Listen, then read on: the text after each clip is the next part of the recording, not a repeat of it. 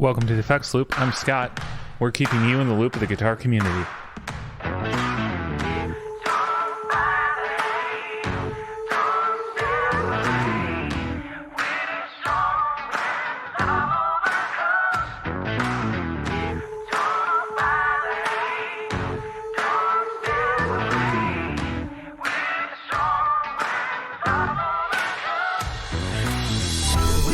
So today's episode is a fun one. We've got Landon from Chaos Audio joining us. And I sat down with him, chatted a little bit about Chaos Audio's founding, where they're going, and all about how they came up with the Stratus multi-effect pedal that we've been talking about a number of times on the show now. I think when we first saw their fundraising campaign start on it, as well as when we ran into them again at Summer NAMM this year. This is a great chat, especially for some of you who are thinking about maybe diving into starting your own company, what that looks like, how investment looks. A lot of cool stuff we got into on this one. So I hope you all enjoy it. And here we are with Landon from Chaos Audio. So Landon, how's it going, man? It's going fantastic. Yeah. I just got back from Austin. So we're back in Panama City. Now working on getting some manufacturing stuff sorted out. But yeah, doing very well. Now you guys are actually all full-time students still, right? While you're launching all the Chaos Audio stuff. So we're not full-time students Okay. at FSU. I am about to start back part-time this fall. Two of us are, Armis and Cameron, I believe, are full-time students. Robert may or may not go part-time again this fall because we have a lot of manufacturing stuff coming up. And then Sam already graduated, so he has a computer engineering degree. But we're all FSU either alumni or students currently. It's just not full time for all of us. Now, is this how you guys all met originally? It is, yeah. I think the first person I met was Robert, and then he introduced me to Cameron. This was about 2 years ago. And then Armis came on the team a little bit after that. He's just the most charismatic person ever. So he's just done fantastic at marketing. And then Sam joined the team most recently, and he's helping with all the software we're working on for the pedal. That's kind of cool. Like I don't know how a lot of people necessarily meet during their undergraduate and say, let's start a company, and then they just do it while they're still going to school. That's not normal. So it's been an interesting situation. Obviously, I got to throw my brother in there, but that's kind of a given. My brother Chandler has been killer at the guitar. He's better than I am, but we just kind of met when we were born. That's where we met. But yeah, it's interesting. We are kind of in a unique situation. There's a startup incubator right down the road from FSU Panama City, because we go to the Panama City campus, not in Tallahassee. And it just so happened that, when COVID hit, it was not a great thing, obviously, but there is a silver lining in that we could do all of our classes online at the incubator while we were working on stuff, and it kind of gave us some extra free time to do things. And we essentially lived here for a month at this incubator. I'm here right now at Tech Farms. So everything shut down. Florida was shut down. It was the worst of COVID. But we were allowed to stay as the one company that could stay at Tech Farms. So we all five just lived here for a month, and that's when we made most of our progress. That's when we figured out our electronics. But that's really the only reason we could do it simultaneously with school. That and most of us are only going part-time or have already graduated. But for those that are going full-time, it pains me to watch them have to go through, like 2-3 classes a day sometimes, and then immediately hop off the class and then get back to, sending emails and working on design files for manufacturing and all that, and then hop right back into class 3 hours later. But it's fun. As a kid who went to engineering school in the middle of Indiana through basically the entire winter, I kind of wonder if that life would be better or not. I genuinely wonder. I just remember so many days of like, it's too cold, I'm not going to class, was a mindset I had. I probably shouldn't have announced this of like how many times I ditched class in college, but look, everybody does it at least a couple of times. Okay. It's a gift. As long as, you focus on your work. It's like the Google mindset. Like Google, as long as they're getting stuff done, it doesn't really matter if they're in person or not, right? If they're on top of their stuff. So yeah, and so if anyone is listening from my office in Toronto, yeah, it doesn't matter that I'm not there. I'm working. I'm getting stuff done. As we say, at 3:30 in the afternoon on a Monday right now. Yeah, I'm going to work late tonight. Don't worry about that. All right, let's back up a little bit here. I think I asked a few loaded questions here for the uninitiated listener. Landon, you're with Chaos Audio. Do you want to give us a little bit of the quick like elevator speech, what Chaos Audio is, and then we can kind of dive into a little bit how you got started, what you do there, all that kind of fun stuff. Yeah, absolutely. Really what we're working on is a multi-effects pedal called Stratus. And we have an app on iOS and Android. And what that app lets you do is chain up to 5 different effects together in any order. You can change the order to get a different sound, and it's all wireless. So you connect to the pedal through Bluetooth. The audio processing is done on the pedal because, there's just way too much latency with Bluetooth to do that through the phone.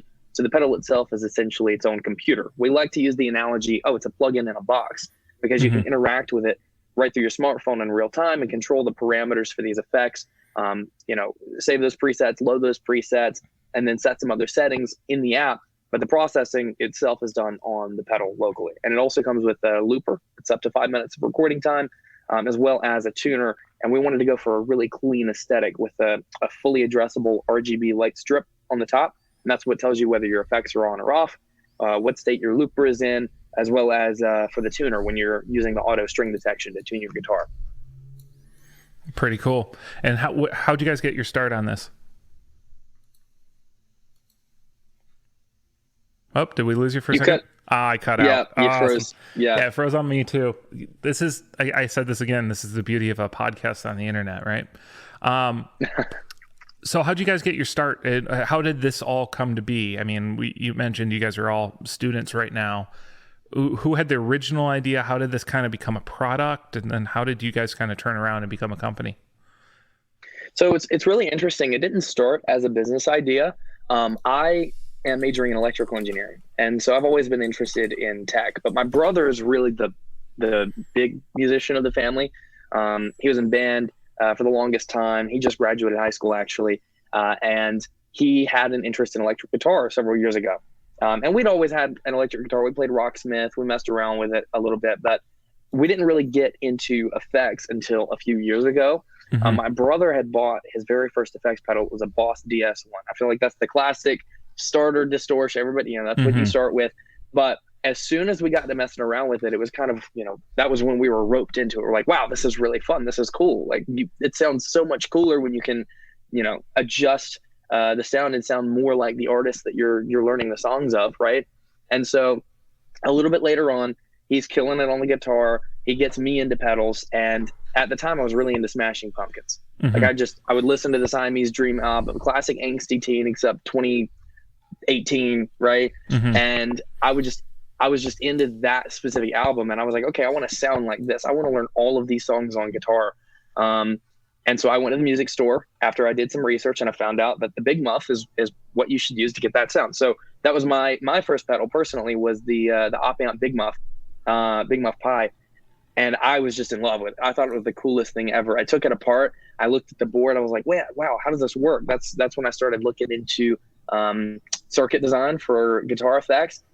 And it started, long story short, it started as a fun side thing. We're like, okay, how difficult is it to make guitar effects? So we started off by doing things like taking the fuzz face circuit and then adding the tone control from the Big Muff and making a custom printed circuit board to get that sound, and just experimenting with things. And then because of our interest in just tech in general, like new, really interesting tech, we're like, okay, what if we could take it a step further and add an app interface where you could adjust the sounds of the pedal on the fly like a multi-effects pedal, but through an app instead of having to use the settings on the pedal, plus get access to an online platform. It was quite the jump, and it's it made a lot of transitions until it got to that point. But we made a prototype. It was horrible, 3D printed square box. We used an Arduino, but we demonstrated the idea. And then from there, we got some seed investment from the local incubator. And that's when we were really able to get to work and knock this out of the park over the next 2 years. And that's how we got to this point now with, I forget that there's no video, but that's how we got to this point now with the current. For those at home, prototype. He's holding up a Stratus in the actual enclosure. So this is interesting because it is often the common story that you hear from a lot of pedal builders is, I wanted to make my own.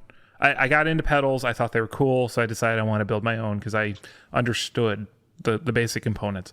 And what's interesting is a lot of folks stop there. They're like, I figured out how to put tone control on a fuzz. I'm going to sell that, and that's all I'm going to do. But what's interesting is, so you guys turned around and said, well, we can make an Arduino do this, which, again, for people at home, Arduino, usually the way to say it is like it's a pre-assembled mini computer, basically. Yeah, like it's essentially, I would say it's the best foray that you can get into digital electronics. Mm-hmm. It's a programmable microcontroller, and essentially you can have it control a little display or control an LED. It doesn't run an OS, an operating system, so you don't do anything with it on the fly, like develop with it while it's running. You actually write the code, and then it burns it directly into the hardware. Mm-hmm. So it's the first foray into electronics, and it's a great tool just to kind of advertise that for people interested. Yeah, because you can buy like a pre-assembled board essentially, where it has the processor, mm-hmm. the power, and the battery is already figured out for you. So and all you got to worry about is like input and outputs of it that determine logic. Yeah, like that's it's really super common. Cool. Yeah. Like in fact, just to kind of advertise this started as me trying to figure out how to make an LED blink with an Arduino, just on repeat. Like that's how simple this started. Oh, so wow. Anybody, just to put that out there, anybody can learn this. It's just step by step. But I always like to tell that story because I feel like there's been a lot of progress made since then. I mean, obviously, because mm-hmm. we have a working prototype, but it's just really the fun that drove this, and I feel like that is a common story. Oh yeah, I mean, when you think about it nowadays, like an Arduino, there are Arduino kits you can just like buy. I don't know if Best mm-hmm. Buy sells them, but I definitely know I live by a Micro Center, so that's a little nerdier of a computer store than a Best Buy. I'm kind of jealous actually, because we don't have one of those. It's handy. It's very handy, except for you still can't buy a graphics card anywhere. But yeah, except the Newegg lottery, but yeah, not willing to pay that much.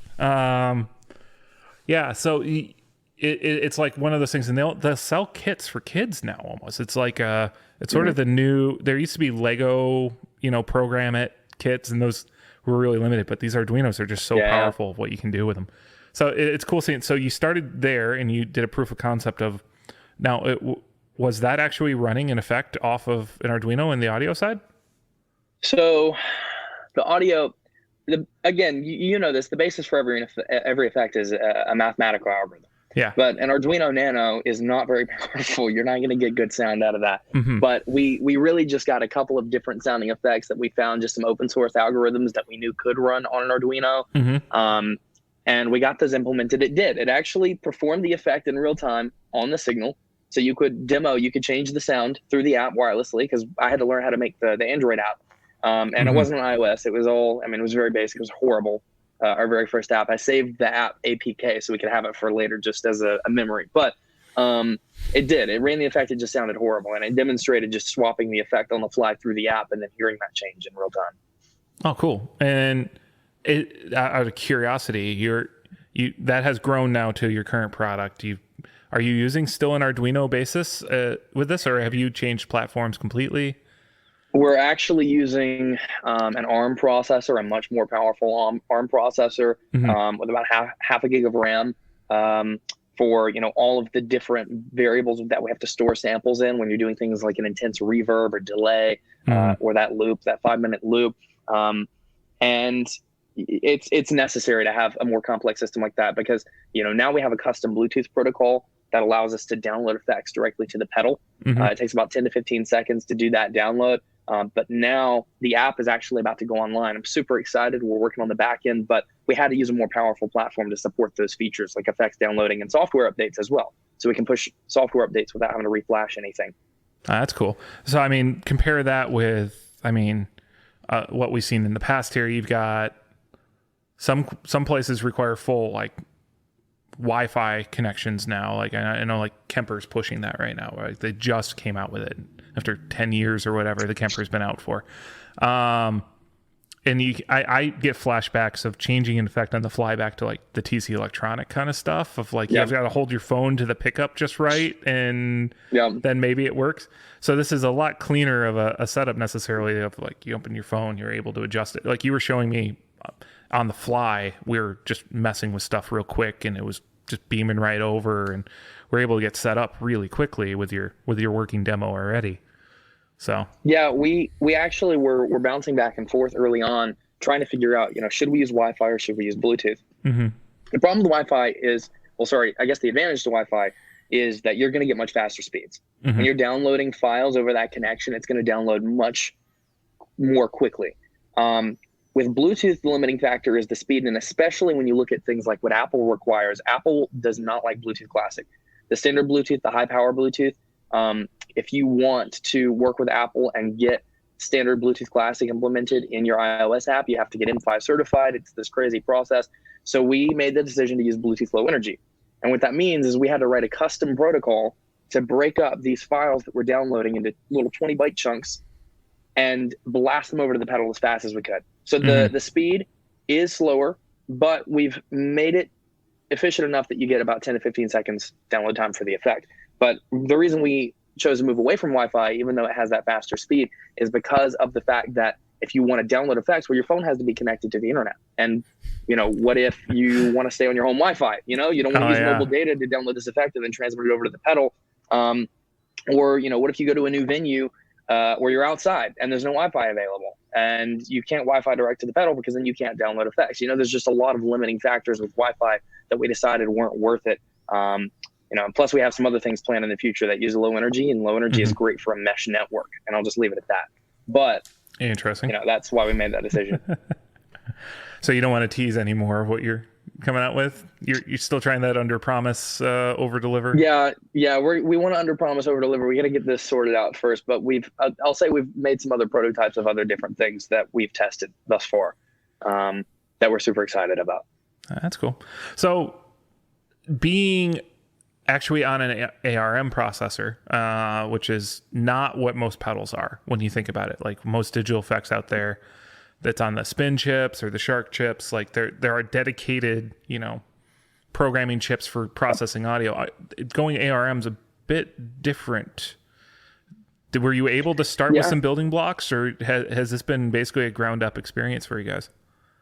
We did. We started with some building blocks. There's several open source components that we're using, some open source algorithms, and we're going to link to those that we use in the app, because it's easier when there's some building blocks that exist that if you put them together the right way, they're going to give you the end result that you want. And that's essentially what we did. We used an existing embedded Linux platform with some existing hardware. We're like, okay, well, if we take this piece of hardware, mesh it with this operating system, and use this open source effect and do it in this way, through this answer that we found on Stack Overflow, then we can download effects to the pedal and have them run in real time.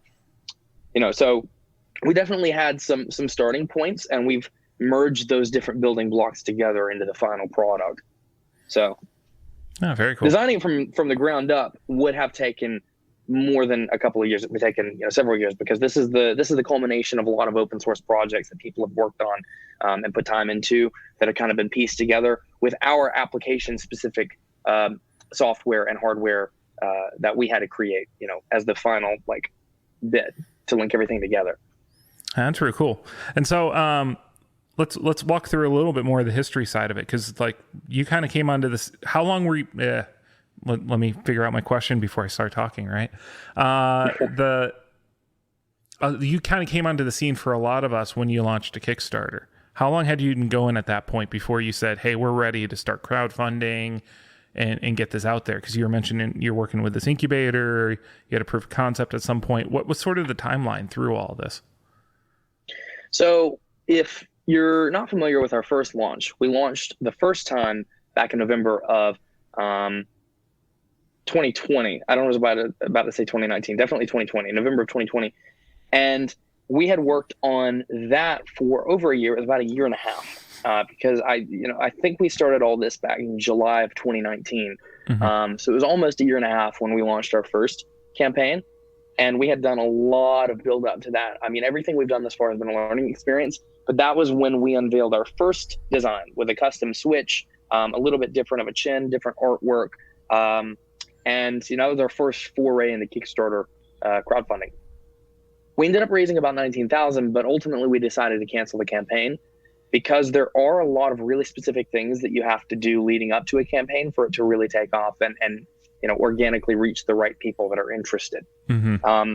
Fortunately, we decided to cancel because at that same time we had gotten venture capital investment from the incubator's venture capital fund, and that allowed us to continue to iterate. And it ended up being a blessing in disguise because we were able to change the design and make it more feasible for manufacturing. We swapped the stop switch to a standard stop switch, so you can replace it with ones that you like. Right now we're using a layless switch, but you can throw any stop switch in there. And we still haven't decided which one we're going to use for the final shipment, just to put that out there. But we eliminated some noise that was present in the audio signal through the board design. I mean, we've learned so much in that time frame, and that's when we launched. The second campaign was after we had made those changes, and we were ready in June of this year. So when we launched in June, we had worked on marketing, we had worked on getting reservations, worked on tweaking the design for about 5 months after that first campaign, and then it ended up being very, very, very direction changing. I mean, we went from raising $19,000 the first campaign to $133,000 this past campaign. So now we're able to take this to mass production and get the 550 roughly pedals that were ordered, shipped out to these early stage backers. So that's a fun kind of story of, a lot of times you listen to a lot of these entrepreneurship stories, right? Like, I don't know, like another great podcast is How I Built That. I don't know if you ever listen to that one. Anytime I get down about trying to start a company, that's where I listen, because everyone fails. And so everyone has a pivot moment where they say, "Oh, we're not ready yet," or "This wasn't quite right," and that leads to eventually what's the good thing, And so it sounds like you guys kind of had your first sort of misstep there and saying we could do this better, and then turn around and doing it better led to quite a successful launch, all things considered here. Oh yeah, absolutely, and that's kind of what we've learned is necessary. I mean, you're not going to see that success that you want to see without going through several pivots. In fact, we made several pivots prior to the first campaign. Before we even launched, we had a completely different design. We wanted the LED light strip to be around the entire edge of the pedal. And then the more and more we started working on manufacturing, like, okay, how are we going to do this? Like, this is going to be difficult to design and manufacture if it's like a fully continuous light strip around the edge. So, that was the design that we had in our vision for like the past year. So it kind of hurt a little bit to make that call to just say, no, this is not, really that important. It's not that big of a design change to just have the strip on the top, and it's going to make this more feasible to manufacture and allow us to lower that price point. And so we did. And ultimately, it was one of the better decisions that we made. We did that recently as well. For the longest time, if you go look at the first campaign, it's already public. We were going to try and put a rechargeable battery in this. But we started looking into shipping regulations. We started looking into the circuitry that's required for this to be able to sit on a shelf for 6 months at no charge, and then still be able to charge that battery without depleting it. You have to get down to like the microamps and make sure you're not drawing anything, even when it's in standby mode, so that it can sit there on a shelf. And it was complicated. And so we thought about it. We're like, okay, let's weigh the pros and cons. We already have a Type-C port and a 9-volt center negative DC jack that you can use with your existing pedal board. Is it that much of a downside to lower the cost of this product? At the end, it's going to allow us to charge less for it because that battery is fairly expensive, right? And also eliminate some of the other components that we need in exchange for also mitigating risk of batteries being set off. I mean, you saw what happened with Samsung with the Note 7. Sometimes those batteries, if you're using a LiPo battery, if they get too hot, if they get punctured, they're dangerous. I mean, they're explosive. Oh yeah. So instead of taking that risk as a first time product, we wanted to really focus again on that under promise, over deliver, just focus on the effects themselves, focus on the interaction with the app. And also we tested the ability to use it with a portable power bank. You can plug that into the Type-C port, and that solves that problem anyway. So even if you don't have an outlet, you can bring a portable phone charger with you and plug it into the Type-C port and power it that way. But that's one example. I dove into that one, but that's, there's several of those I could go into of those pivots that we had to make leading up to this. Interesting. And so with Kickstarter, just an interesting thing, you chose to go that route instead of, let's say, launching a website and trying to pre-sell, or all the other different sort of launch strategies you see in the guitar world. Why Kickstarter specifically versus any of the others? Honestly, Kickstarter is fantastic for a first generation product, because the bottom line is it does, if you handle it appropriately, there are obviously, certain campaigns that aren't very transparent with their backers and aren't very clear with them. But at the end of the day, if somebody's backing a Kickstarter campaign, it's because they're comfortable knowing that it isn't really a pre-order necessarily. It isn't really like you're purchasing through an online store. It's, somebody has this idea or prototype. In our case, we were further along, right? It wasn't just an idea at that point. We had demonstratable prototypes, but somebody has this product that they want to bring to mass production, and they need to finance the manufacturing, or they need to finance the design. I am comfortable giving them this money at a reduced product price in exchange for waiting 6 months to get this shipment. Because, to make the necessary changes to the app and to continue to tweak the design and get mass manufacturing prototypes, a batch of like 25 off of a manufacturing line, it costs quite a bit up front to do that. So we decided that, the best option was to go with a route that people were going to be comfortable with from the get-go already, on top of being transparent with them, so that we're very clear in terms of where we're at for manufacturing. And we're not saying, hey, this is absolutely 100% the final product. For example, if we change the switch, we don't want people to think this is the switch that we're using and then change that. We want to be transparent as possible. And that was the best route that we thought that we could use to do that. And it's better for organic marketing as well. As a company that's never made anything before, this is our first product. It was better to kind of get our name out there through a platform that was already well trafficked. Well, I was gonna say you got decent press off, and you seem to get the media exposure too. I mean, like we saw Music Radar, I think, picked you up, and a few others of the publications picked you up like right away, even before you launched. We were very excited about that. Yeah, we were not expecting that level of coverage. We sent out a press release and we're like, hey, this is our product. We're launching on Kickstarter. We talked about it a little bit, and we kind of followed that classic press release format that you see in college. And we were shocked. Like, we had alerts turned on, Google alerts for keywords. And so anytime something like that popped up, we all got super excited. We started jumping up and down here. We're like, wow, they picked it up. They thought it was interesting. So that definitely helped. That absolutely helped. We got some backers from the Music Radar post. You can see where they come from on Kickstarter. But we were very stoked to see that.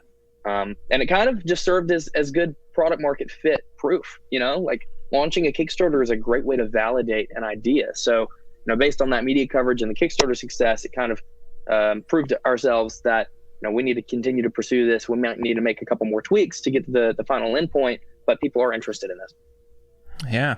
I mean, it's I often hear Kickstarters use this the excuse of, I don't know what scale I need to sell this at. Do we have 1,000 products? Do we have 100 products?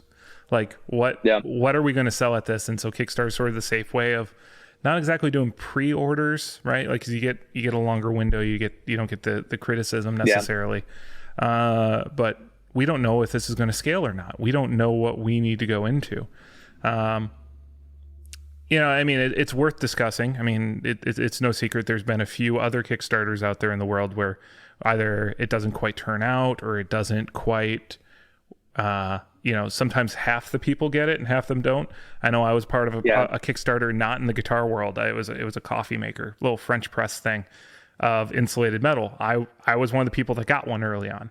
And it was delayed about a year or two from when we were supposed to get it. And then I know I've seen things about like people it never showed up. The whole thing went belly up because the guy didn't budget it right or anything like that. And then mine broke after like 2 months, and I had to fix it. And it's like, there's no warranty and there's anything like that. So I mean, we've all seen those kind of things. And there's like the famous, people really want to dig back. We did an episode years ago about what happened at Gear Supply Company with their Kickstarter pedal launch. But we've also seen other newer brands kind of pick that up. So actually, I would say more experienced brands. So you saw Chase Bliss do that with the Blooper, for example. Oh, yeah. A well-established brand that sells out of pretty much any new pedal launch they do. They chose to go that and then actually kind of develop the product after announcing it and getting pre-orders with what they did with the Blooper. So it is also a unique way of like established companies that are kind of taking a risk with saying, we don't know if this product is going to take off or at what scale. How much development should we put into it? So you're seeing that side of it too. It's interesting to see where this goes. We're super excited. We ended up getting about 540 orders, but to to be quite honest, it is really difficult to manufacture something like this in large quantity.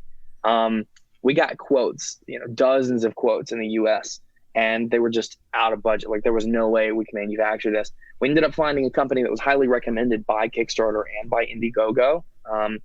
And so we're working with them right now. We just got some great news from them on Friday when we met with them, by the way. So we're super stoked about that, but we're doing everything we can to hit our December ship date.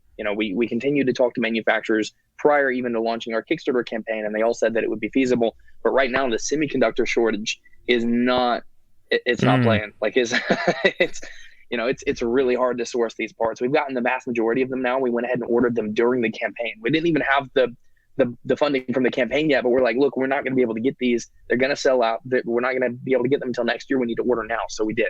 So we got our audio codecs, some step-down converters, some other components that rely on that semiconductor material, like the op amp that we're using. We ordered all those in bulk, as well as our processor, so we can go ahead and have those prior to them selling out. And it came in handy, us doing that. Actually, we found out that one of the components that we had ordered the 1,200 of, they sold out 3 weeks from then, and we would have had to wait until like June of 2022 to get that part. So it's difficult. It's very stressful, but it's a fun kind of stress. It's like, okay, there's always a next step, and it's really interesting to learn, how other companies, when we meet with them, handle their manufacturing. Like we talked to Soundbrenner. I don't know if you're familiar with Soundbrenner, the smartwatch. We actually talked with Florian, their CEO, and he gave us lots of advice on packaging, on manufacturing, because they did very successful in their crowdfunding launch. And he is, I want to plug him. He's the coolest guy ever. Like he sat down and met with us. He didn't even know who we were, but he had a video call with us for 30 minutes and gave us all sorts of marketing insight and advice. But that's what we're trying to do, is learn from people that have succeeded in doing that, so we can do it right, and really, make this as efficient as possible, so we can continue to scale and continue to provide it at an affordable price. And just for those who aren't familiar with the product, if they miss the Kickstarter, are they able to buy in still? Is there sort of a next round that's in the works? Where are those kind of things looking right now? So we're actually live on Indiegogo In Demand, and that's essentially Indiegogo's pre-order portal. And so we transitioned from Kickstarter to In Demand. Indiegogo helped us get set up on that front. So it is possible, if you go to Indiegogo, to go ahead and get that discounted price point as well as part of the first batch. But we're not heavily marketing that right now, because we want to make sure that it doesn't, because it is a problem if you sell too many. As we've seen with the shortage, if we go beyond our supply, then we won't be able to fulfill those for quite a while. So we want to manage expectations a bit and make sure that we're accurate in terms of what we're expecting for this. But we do have several more available through Indiegogo In Demand. And just out of curiosity, that price point that you're selling at right now, refresh my memory. The pre-order pricing is what? $239. $239. And there's sort of I'm guessing you're going up there once things are more in stock scenario. Yeah, once the Indiegogo pricing, the kind of earlier pricing for this first batch goes, it'll be $269, because we still want to provide it at a better price point, given that it's early stage, but we also don't want to make it so much of a good price that people continue to buy it even after we go, right up there to the limit of what we're capable of manufacturing. But right now it's currently $239. Yeah, so that's pretty affordable. I mean, comparatively, like that's most boutique pedals are sitting around like $200 to $210 right now, maybe $190-ish. So then you jump into multi-effects and you're like $300 very quickly. Yeah. And so from what this thing's able to do right now, you said you could run 5 different effects simultaneously plus a looper, and you've got how many effects sort of already figured out, if not more coming? Yeah, we have 15 effects currently, and you can use any combination of those 5. Actually, we kind of want to be careful with that verbiage, because the way that this works is it's pretty wide open. So we say 5 effects because that's 99% of the time what we can chain together. But there have been instances where a certain combination of effects will overtax the processor and it will start to drop samples. Just to give you some insight, this actually prioritizes audio processing above everything else. So it can't even read from the storage device, the hard storage, until it's processed the sample that it needs to process. So 44,100 times a second, it will take a sample and it will push it through the entire chain of computations for your entire effects chain. And so only in between every sample being processed can it even change the LEDs or access Bluetooth or do any of that. And we did that on purpose. So the latency, even at max CPU load, is not more than 3 to 5 milliseconds, which is faster, by the way, fun fact, than MIDI on a Mac. So we really wanted to ensure that the latency was negligible even at max CPU load. But we wanted to make it affordable. That's why we priced it at that price point, because we think that it's more than feasible. And we're going to continue to upload free effects to the store. We don't want it to be like a paid only thing, but at the same time, we want to partner with artists and other companies to get some emulations of their effects and get some artist series effects on the platform that we do charge for. And that kind of helps us offset the lower cost of the hardware so we can continue to generate revenue through some custom effect sales. So we're launching with 15 as what the multi-effects, but there's definitely intentions for this to grow pretty heavily. Absolutely. We want to have at least a couple of people dedicated to doing nothing but making effects on a regular basis and uploading them into that platform. And we'll actually be launching with at least a couple of dozen. We have more figured out. We just haven't taken the time to tweak the software a bit to get it implemented. So we want to launch with at least a couple dozen when we start shipping. But then at that point, at least every couple of weeks, we want to drop a new batch of at least a few effects. So we want to keep pumping out effects as much as we can, but ensure that they're quality effects. So we want to get people who are really experienced in DSP working on it, as well as some other companies who already have those algorithms sorted out, who want to put them, their effects that they created on the store and also make their own money, because we would just take a fee from them. They would also get a cut of the effects that they sell. So that's a very different market than I think we've really seen. I mean, that there hasn't been, let's call it an app market in the guitar world, effects world. There's been things like, Eventide had with the H9, you could pay to upgrade it with like these packs and stuff like that. But that was, super expensive and super crazy kind of price points and things like that. We haven't seen a lot of that elsewhere, have we? That's kind of what we're experimenting with.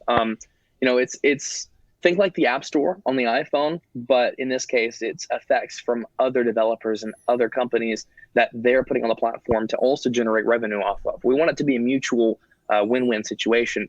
So it's kind of the same model. Because, a lot of these other platforms that you see, they're fantastic, but it's just the company that makes the hardware pushing effects to the platform. If you buy a Fender Mustang, it's going to be Fender effects that you get on the platform. So we really want to open that up and give people a development platform. That's actually really like longer term. That's what we want, is we want to provide a downloadable development platform where people can develop their own algorithms and then push them to the online store and make them available for other people to download. Because at the end of the day, there's an unlimited number of effects that you can have. I mean, it's all math. It's math. And so you can do some really interesting things. You could read the frequency of the fundamental frequency of the note that's being played, or the chord, or the different notes of a chord, and then generate sound as well, almost like a MIDI guitar. There's all sorts of crazy things that you could do with this, but there's no way that one company could figure all of those things out. So we want to make a sandbox instead, and then let other people experiment and come up with really interesting and unique sounds. That's really cool. I mean, it almost already is happening when you really think about it. With, like, as I mentioned, there's 2 chips out there that everyone seems to develop on. So manufacturers are already developing algorithms for the same operating system. It's just a new. You actually now. We always joke that all these pedals are the same box inside with a different paint job.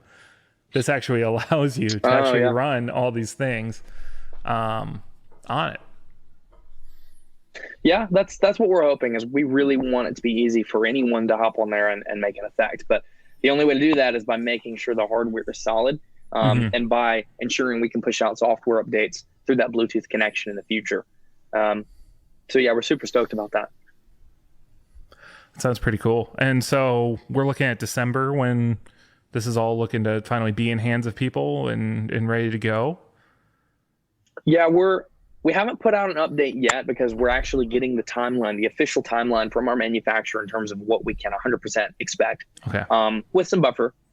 But as of right now, December is still the optimistic outlook. It's still possible if we get everything done, pretty rapidly. But worst case scenario, we do not want to delay this past February if we can. Ideally, we want to get it out before the holidays, although I don't know if they'll be available to purchase before the holidays anyway because of the shortage, and we won't really have the inventory to handle that. We'll see. But, we just want to make sure it's not any, crazy time frame that we weren't transparent about. So if we do get a delay on that timeline, we plan on immediately updating. But as of right now, optimistically, December. Yeah, very cool.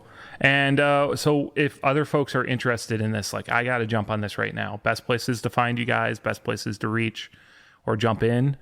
The slim remaining, as we've I think we've created this sensation of limited demand or not limited demand, limited supply, as we talk about possibly creating some more demand from talking like this and promoting it. But so where can folks go and find you? Yeah, absolutely. You can go to chaosaudio.com. That's CHAOS audio.com. And we should have plenty of links to go to our Indiegogo because that's really what we're pushing right now. So if you want to kind of skip that step and go straight to the Indiegogo, just search for Stratus, the super smart stomp box on Indiegogo, and you'll see it right there, Chaos Audio. Very cool. And anything else you want to tease or promote while you're here? Honestly, we're really focused on Stratus, but I again want to reiterate that we do have a lot of other things in the works that utilize that Bluetooth connection that we're stoked about. So if we can get Stratus off the ground, and if we can, generate enough scalability through Stratus when we get that first shipment in December, then that will absolutely allow us to continue to pursue the other things that we're really interested in, the other devices. But I'll leave it at that. I don't want to say too much because I got to make sure I'm clear with him. I'm like, oh, what can we talk about? What can we not talk about? It's nothing like, and let's be real, we're a small company. Like, I'm sure that we've talked about it online publicly anyway. We've probably posted about it on our Instagram at some point. I'm just oblivious to that. But, we're very excited about this, but we're really focused on ensuring that Stratus is quality and can be manufactured efficiently and on time and delivered. So. Well, very cool. With that, I'm just going to thank you for joining us and sharing all this. And I look forward to seeing this product when it is finally done. I will personally say I've played your pedal. I've set up a pedal board with it. You walked over to me saying, Scott, you're a P-dubs guy. Figure this out real quick. Can you do P-dubs on this? And I had it within, 10 seconds, 30 seconds. Like, it was quick. Yeah, it was some great feedback. I'm glad that you got to try it out.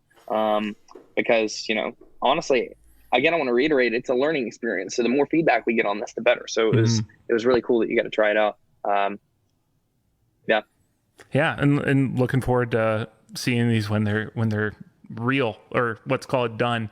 I don't want to say they're not. It's already real. I've held it. I've seen it. I've used it. But and this was at Summer NAMM. You guys had a full booth and you were displaying this and you're up and running. So I'm looking forward to December when these are out in the wild, or December to February. Well, I'll give you your buffer.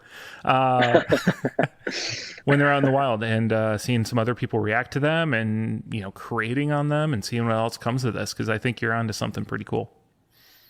Absolutely, yeah, I appreciate it, and thanks for having me. It's fun to talk about this, and avenues like your podcast are a great way to kind of spread news about this. So I appreciate it. Oh, definitely. Thanks for joining us. Yeah, thanks for having me. All right.